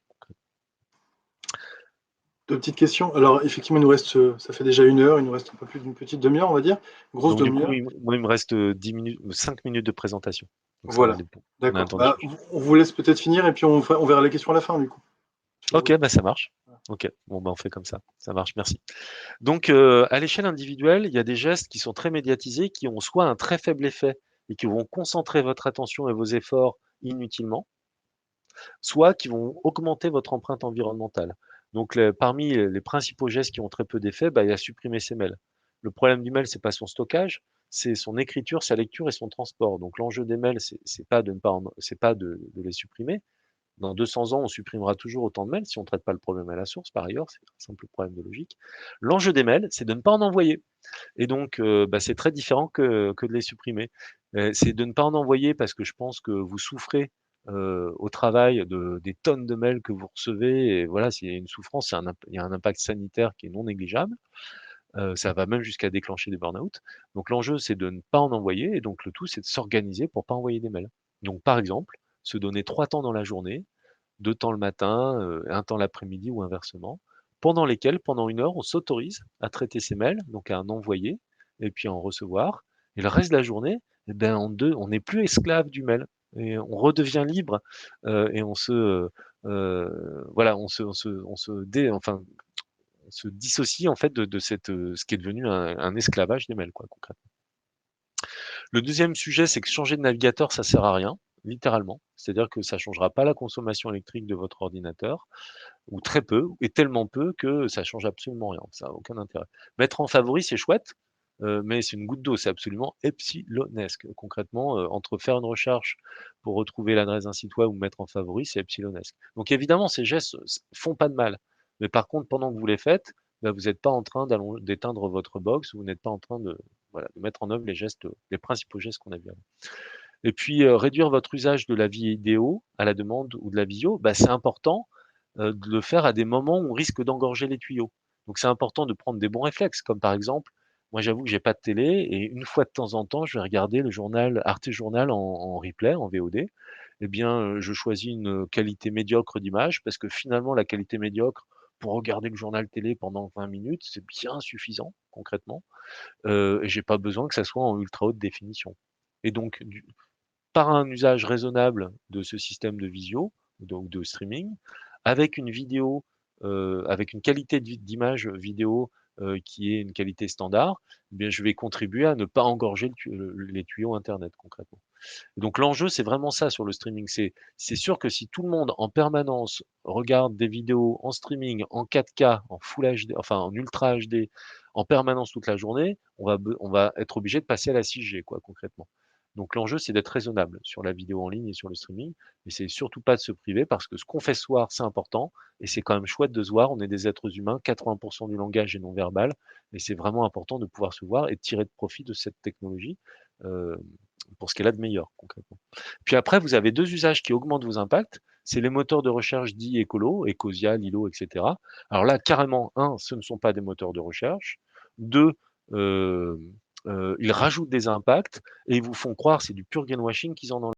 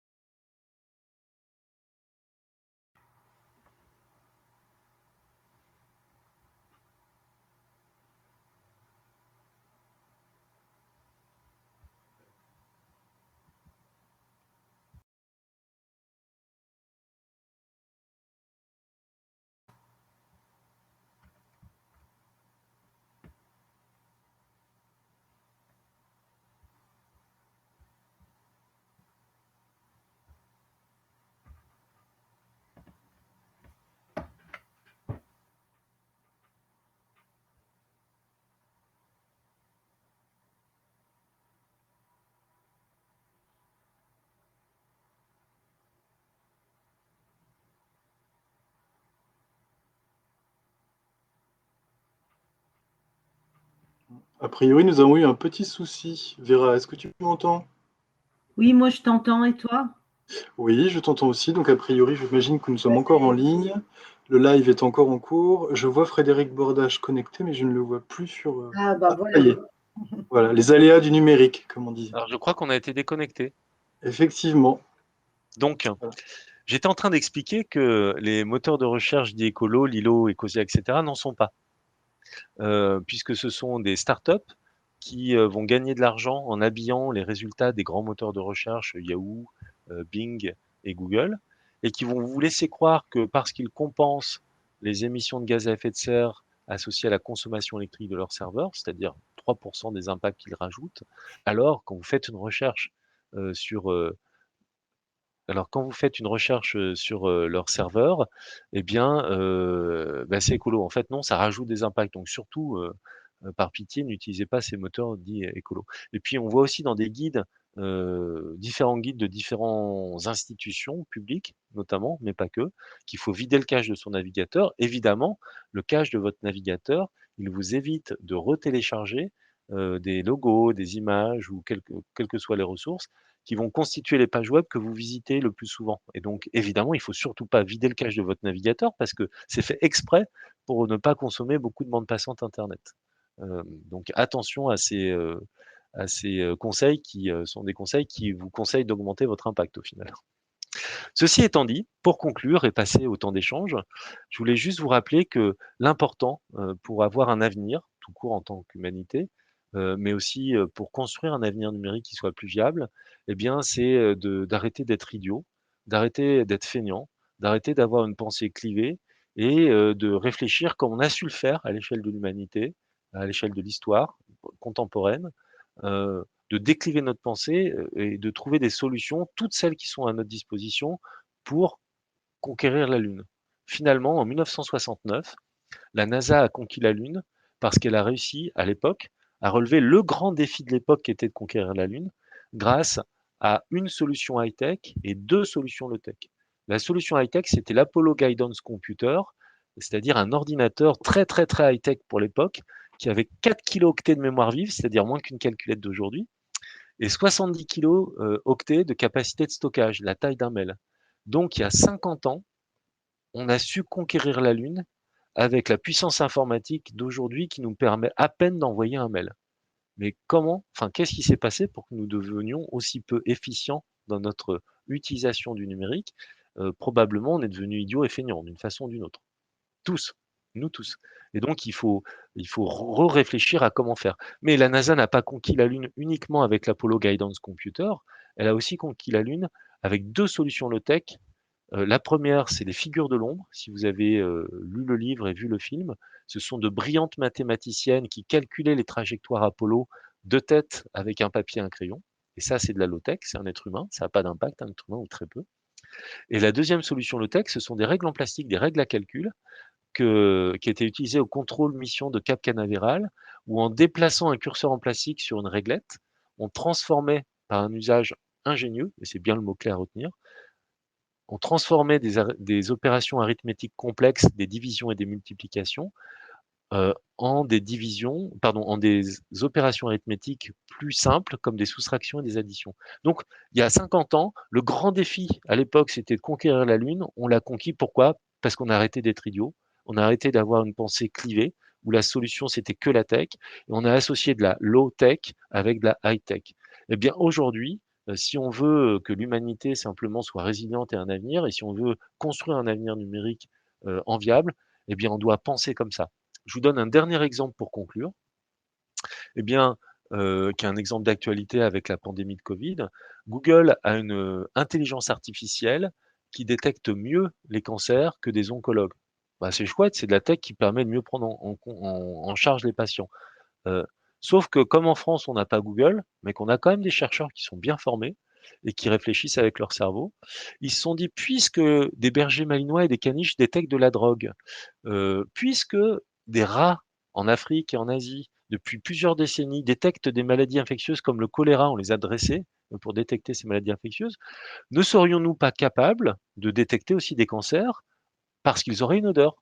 Et donc, ils se sont posés cette question. Et puis, ils se sont rendus compte que quand un être humain est atteint d'un cancer, il va émettre des marqueurs olfactifs spécifiques qui sont des phéromones, et qu'un chien est tout à fait capable de détecter en moins d'une demi-seconde le fait qu'un linge qu'on a mis sous son aisselle, on le fait réfléchir, on le fait renifler au chien, il détecte en moins une demi-seconde, avec moins de faux positifs et plus précocement qu'une intelligence artificielle. Faut-il opposer les chiens, les oncologues et l'intelligence artificielle de Google? Pas du tout. Si on veut avoir un avenir en tant qu'humanité, il faut arrêter d'être bête, il faut arrêter d'avoir une pensée clivée. Il faut au contraire associer toutes ces solutions pour économiser le plus possible du numérique. Quand un chien sait détecter un cancer, par pitié, conservons les dernières réserves de numérique à notre disposition pour modéliser le climat, pour faire tout un tas de trucs qu'un chien ne saura jamais faire et que nos cerveaux ne sont pas capables de faire parce que ça nécessite trop de calculs avec trop de données, quoi. Et donc, quelque part, ce que j'essaie d'expliquer dans mes différents livres et ce que j'essaye de vous transmettre ce soir, c'est que finalement l'avenir du numérique, il n'est pas écrit. C'est nous qui sommes en train de l'écrire en ce moment et qu'on a des choix à faire dans la façon dont on utilise le numérique, heu et de la façon dont on va décider ou pas de l'économiser, pour réduire les impacts à court terme, mais aussi en transmettre aux générations futures.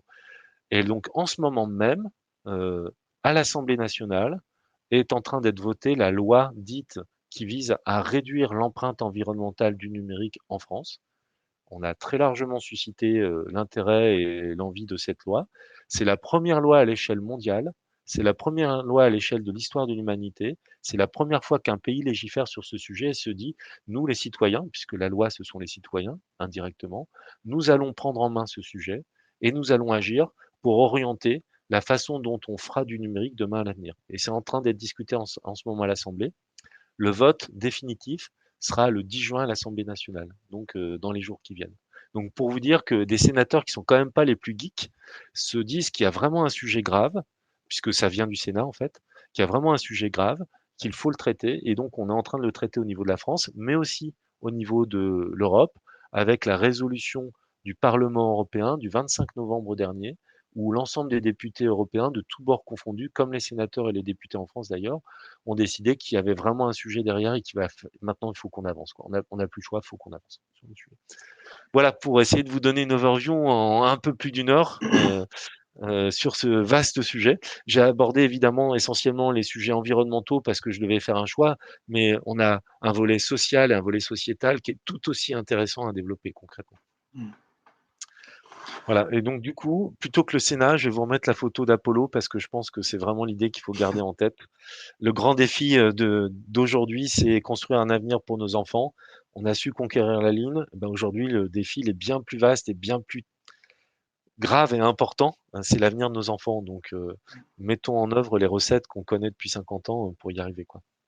L'image du chien aussi qui détecte les cancers, c'était assez intéressant effectivement dans le côté, conservons nos ressources pour des choses qui sont vraiment, plus utiles. Ouais. Je vais essayer de vous relayer les questions. Alors je m'excuse parce qu'après, après tout ce que vous nous avez dit, notamment sur la fin, effectivement, on va retomber sur des considérations peut-être un peu plus pragmatiques, un peu plus, Mais c'est très bien. mais Moi, il y a des choses très intéressantes.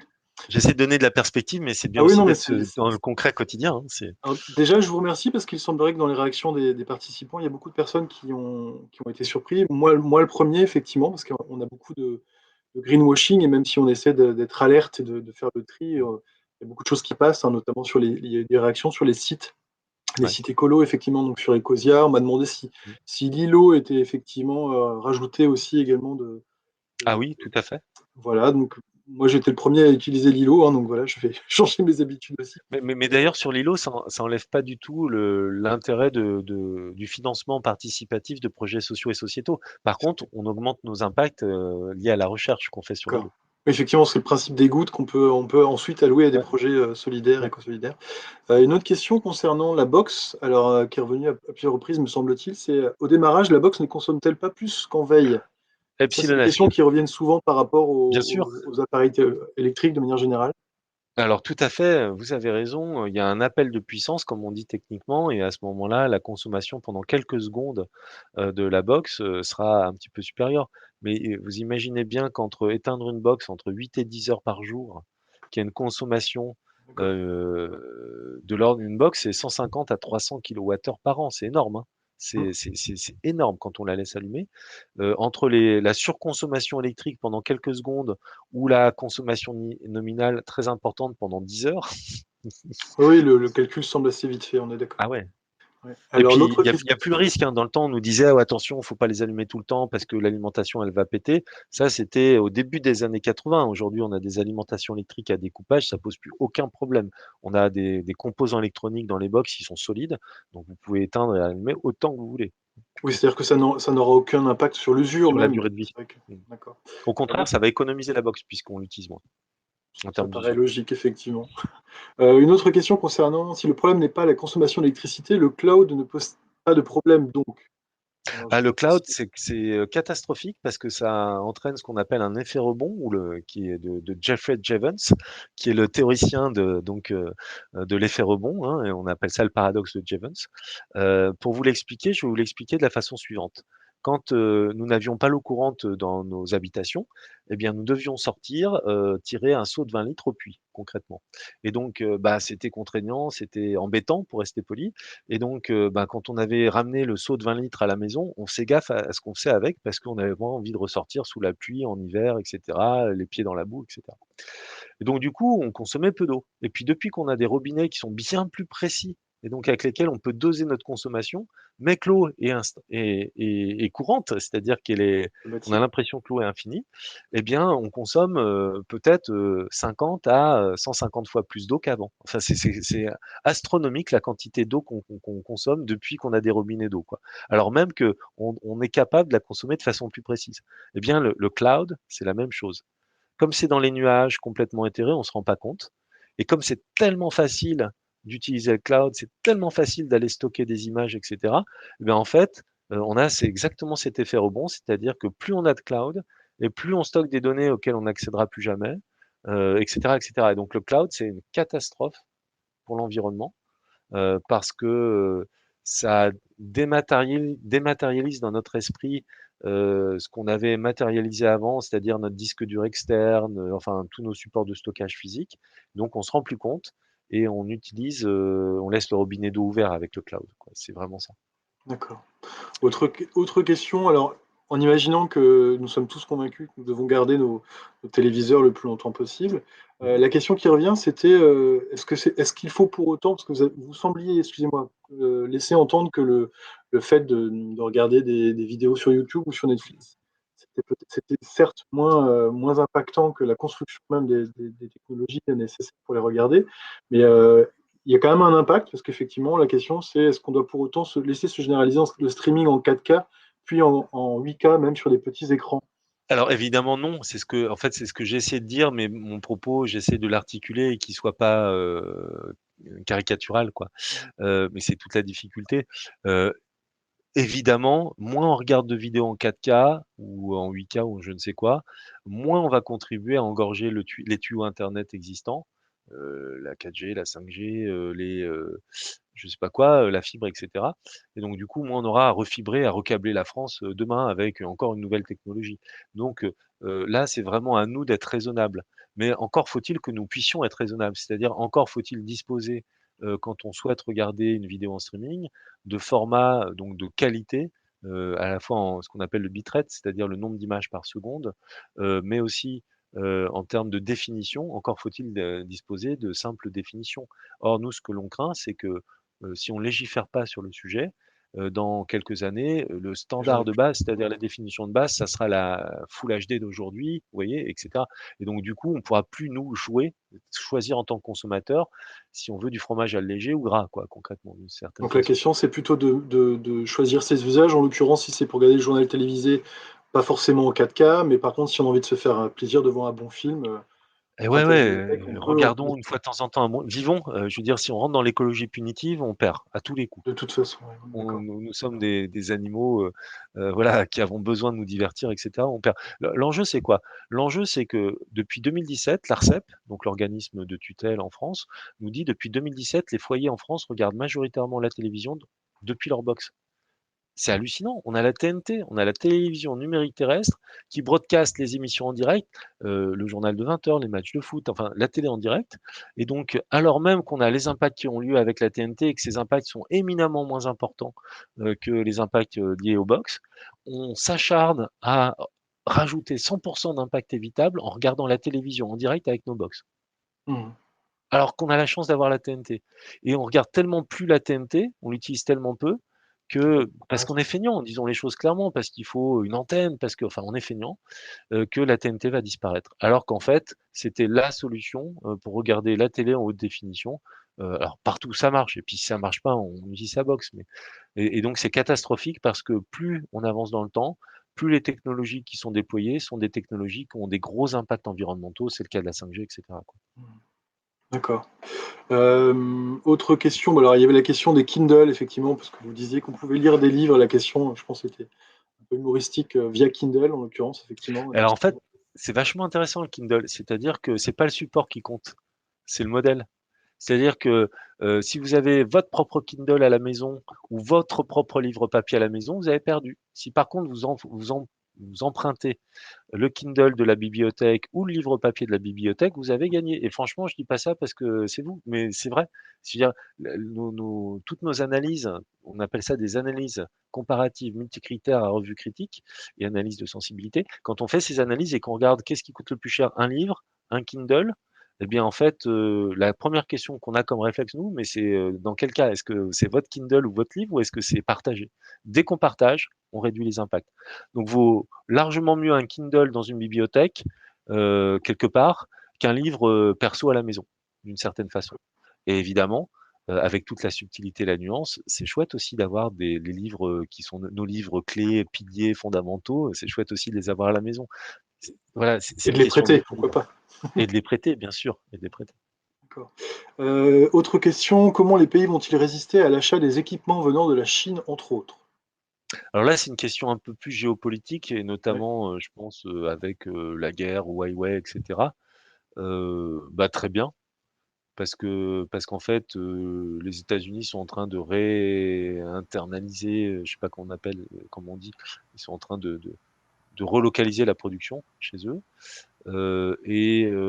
C'est un faux débat en fait, cette question-là sur la Chine. C'est vraiment, c'est des guerres économiques que se livrent de grandes puissances, mais ça change absolument rien pour nous au quotidien, nous les utilisateurs. Je veux dire, les gens sont déjà tellement en train de s'afficher partout, j'allais dire à poil, presque, sur Facebook. Enfin, arrêtons de nous afficher partout dans les réseaux sociaux et après posons-nous la question du respect de notre vie privée par les smartphones chinois, quoi, parce que putain. Pas faux. Quel est l'impact de la publicité? Alors sur une page Vous ne web, devrait-on pas la taxer, effectivement? ouais, alors tout à fait. Alors deux, deux idées naissent par rapport à ça, pour rebondir. Premier aspect, sur une page web, si on affiche les publicités, ça peut représenter entre 30 et 70% du poids des données transférées. Donc ça peut être énorme.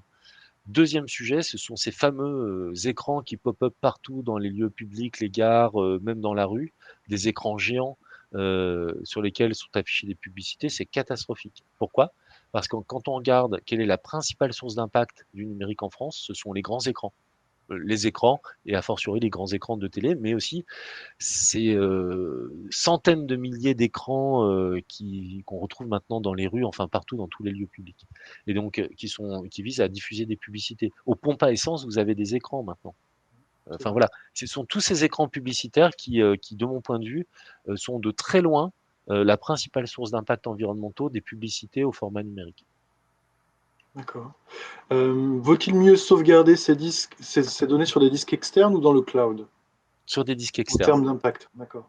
Parce qu'en fait, sur des disques externes, on économise tous les allers-retours réseau, concrètement. Et pour vous offrir un taux de disponibilité de vos données dignes de la NASA ou de la Banque de France, eh bien, on va dupliquer sur au moins 3 à 5 data centers en temps réel, en permanence, vos données. Ce qui fait que quand vous le faites sur votre disque dur externe, bah, il y a un disque dur. Quand vous le faites dans le cloud, vous avez 5 disques durs. En plus de tous les échanges réseau et tout le reste, quoi, concrètement. D'accord. Et enfin, la conservation de données d'un web média, radio, etc. Comment peut-on la réduire en tant que responsable de ce média? Je pense que c'est une personne Un qui est rou- directement concernée. Donc, voilà, diminuer la conservation des données d'un web média, en l'occurrence. alors, Vous êtes je comprends. responsable de France Inter, vous voulez Ouais. Ah, là, enregistrer, j'imagine, les données, les laisser à disposition des gens. Comment est-ce qu'on peut réduire la conservation, l'impact de cette conservation, si j'ai bien compris la ouais, ouais, question? alors sur les flux médias, le fait de publier des flux médias, eh bien, c'est de les publier encore une fois dans des qualités diverses et par défaut, un peu comme on imprime par défaut en recto verso noir et blanc mode brouillon, eh bien, c'est par défaut fournir la qualité de base et d'obliger l'utilisateur à cliquer pour avoir une plus haute qualité d'image, une plus haute qualité de son. Évidemment, c'est aussi de dissocier l'image et du son. Pourquoi on déploie la 5G dans les grandes métropoles? Parce que pour qu'on puisse continuer à écouter YouTube. C'est sûr que si on écoute YouTube en 4G tous ensemble au même endroit, ça va pas passer. Donc mieux vaut. Mais pourquoi on écoute YouTube? Parce que c'est gratuit. Donc ça soulève plein de problématiques de modèle économique. Et maintenant sur la sauvegarde des données, puisque c'est, je pense, peut-être Oui. l'autre axe de la question. Sur la sauvegarde des données, on ne peut pas faire autrement que de sauvegarder ces données au moins dans le cloud ou équivalent, c'est-à-dire en dehors du lieu physique où on se situe, parce que c'est la seule façon d'avoir une garantie que si notre maison brûle, nos données seront sauvegardées. Mais moins on a de support, moins ils sont disponibles au sens où plus il faut attendre pour accéder à nos données, et en général, moins ça a un impact. Et franchement, la facture d'il y a 10 ans, est-ce qu'on a vraiment besoin d'y accéder instantanément ou est-ce qu'on ne peut pas attendre 2 minutes? Voilà, on peut se poser cette Mmh. question. Effectivement, comme le dit Patrice B, que vont devenir nos données, vidéos, photos, documents dans 30 ans? Ça, c'est une Ah autre bah, ce question. qu'on sait, c'est que les secrets d'État, les documents les plus critiques qu'il puisse y avoir à l'échelle de la civilisation sont Ils sont sur sauvegardés papier. sur papier. Sur papier. Parce que les hiéroglyphes, on peut toujours y accéder et les lire. Mais alors par contre, je vous mets au défi de lire ne serait-ce qu'une carte perforée aujourd'hui. Je vous mets au défi de lire ce que vous aviez sur vos Quel vieilles 3 pouces et disquettes 5 demi. pouces 1 quart, 3 pouces et demi. C'est ça. Pas évident, hein. Alors que le papier, une fois que c'est imprimé et lisible par un être humain, bah, c'est imprimé et lisible par un être humain. Et je vous rappelle qu'il y a un enjeu critique dont la société civile n'arrive pas à s'emparer, parce que ça nous paraît, je pense, on est hébété d'une certaine façon. C'est le monde de demain dans 2, 3 générations, enfin dans 1 à 3 générations au rythme actuel, il sera low tech. Il y aura plus d'écran, c'est fini. On n'aura plus de quoi les fabriquer les écrans. Donc on va revenir au papier. Donc il y a vraiment une urgence à penser l'avenir, pas comme on nous le met dans la tête avec des véhicules autonomes blindés d'IA, tout ça, mais plutôt à penser l'avenir low-tech, parce qu'il sera low-tech, que ça nous plaise ou pas, quoi. Euh, Donc le livre est un objet d'avenir et c'est un mais outil tout à fait. low-tech, effectivement. Mais tout à fait. Et puis, faut pas, et donc, faut surtout pas opposer le livre au numérique. Mais probablement qu'au rythme où on va, on sera très content de s'envoyer des SMS demain, quoi. C'est ça le sujet. Faisons en sorte que, voilà, quand le livre, je veux dire, un livre, ça permet de diffuser tellement de savoir, tellement de plaisir à tellement de personnes, un simple livre, que voilà. Mais vous imaginez ce que ça veut dire? Ça veut dire qu'on est sur un changement culturel, civilisationnel. Il faut qu'on se réapproprie des plaisirs simples. Ça veut dire que quelque part, d'une façon ou d'une autre, on va parler de décroissance, que ça nous plaise ou pas, quel que soit le mot qu'on mette derrière. Donc Qu'on en veuille fait, être amiche ou pas, effectivement. qu'on veuille être amiche ou pas, en fait. Et donc, tout le sujet, en fait, de mon intervention sur le numérique, finalement, quand on y réfléchit bien, le numérique n'est qu'une technologie parmi d'autres. Peut-être pour conclure là-dessus, eh bien, c'est finalement une réflexion sur la technologie au sens large, notre dépendance par rapport à cette technologie, et comment nous devons aujourd'hui penser dès aujourd'hui et le plus vite possible, parce qu'il commence à y avoir urgence, euh, le monde de demain qui sera forcément plus simple, plus sobre, plus low tech, plus slow, ce qu'on peut imaginer. Euh, Ça peut pas être autrement. D'accord. Et Alors, dernière question qui revient. Donc, à beaucoup de gens qui vous remercient, effectivement, pour votre clarté. Certaines personnes qui souhaitent vous rejoindre. Voilà, donc comment peut-on, est-ce que vous employez, avez-vous des postes, comment fait-on pour vous rejoindre?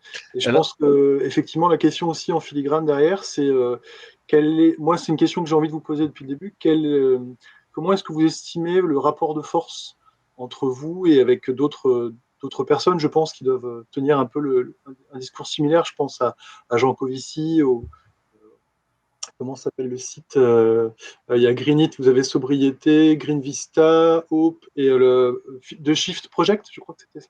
Ouais, c'est Jean Covici et The Jean Shift. Covici. Ouais, ouais. Est-ce que vous arrivez à parler avec les politiques? Parce qu'on a quand même l'impression qu'effectivement, le mot d'ordre, c'est le tout numérique. Surtout maintenant, nous, en médiathèque, on a la culture dématérialisée qui Ouais, monte de tout à plus en fait. plus.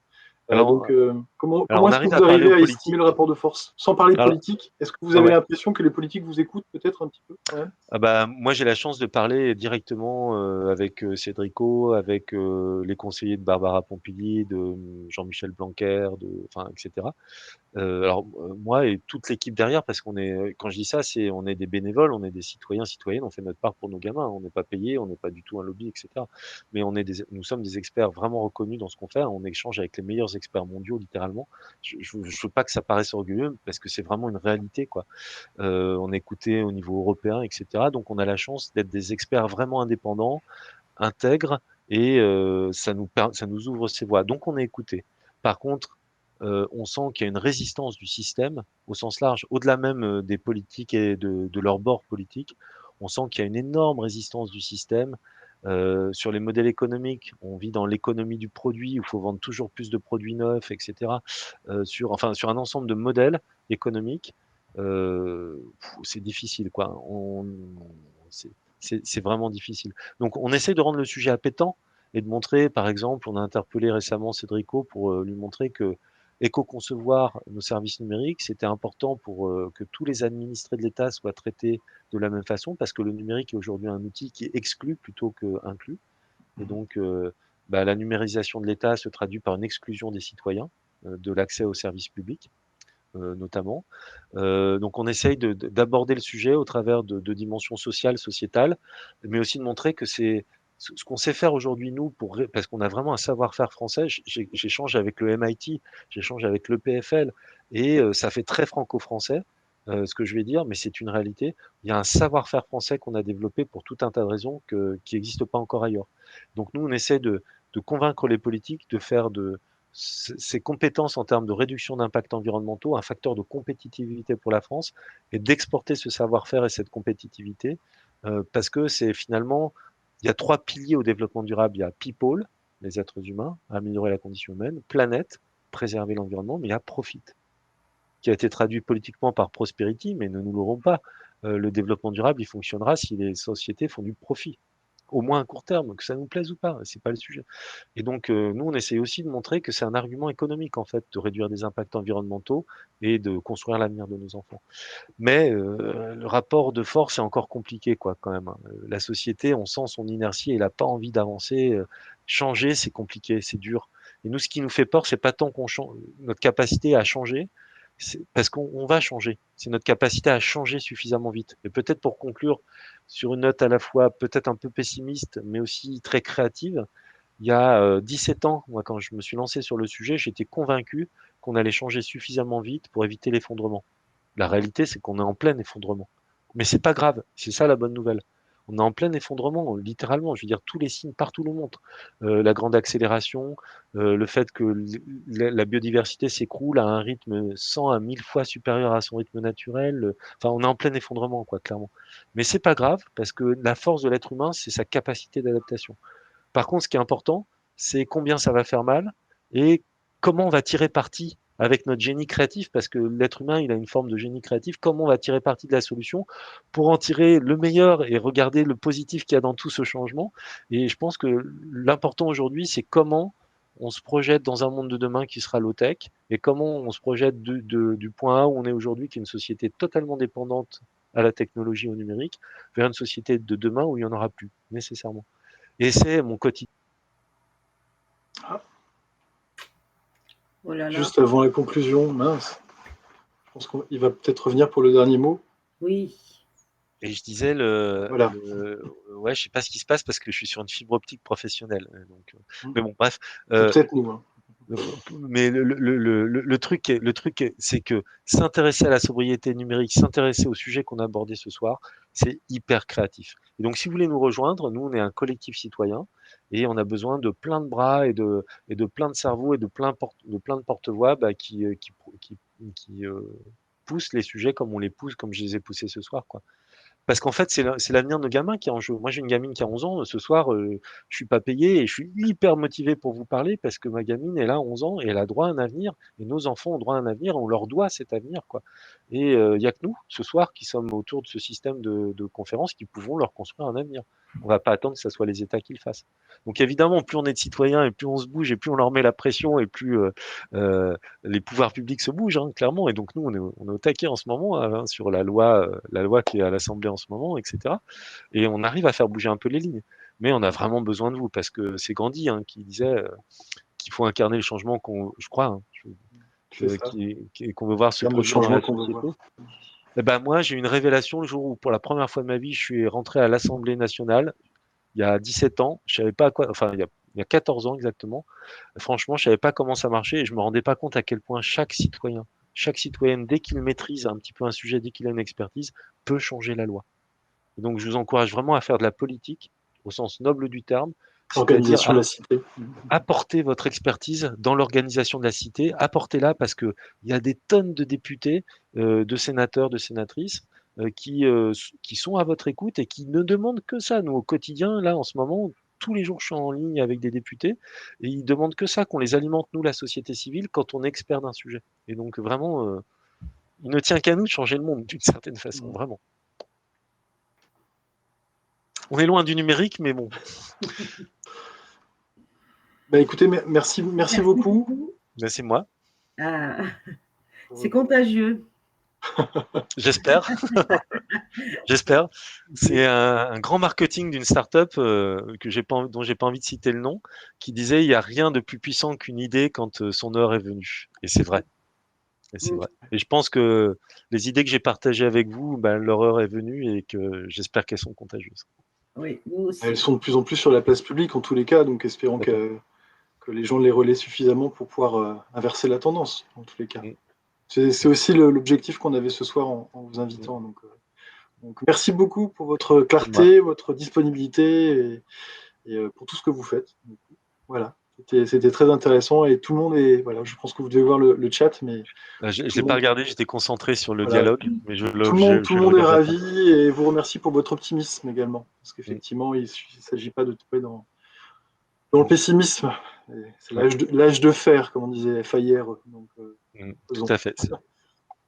Bah, merci pour l'invitation. Et puis, merci beaucoup. peut-être un jour dans la vraie vie, à la bibliothèque, physiquement. Tout à fait. On vous invite à Saint-Quentin-en-Yvelines. Dans les médiathèques, voilà. On organisera quelque chose, peut-être pour vous faire revenir ou en tous les cas pour mettre en avant vos ouvrages. Voilà. Avec plaisir. Merci Bonne soirée. beaucoup. Au revoir. Bonne soirée à tous. Bonne soirée.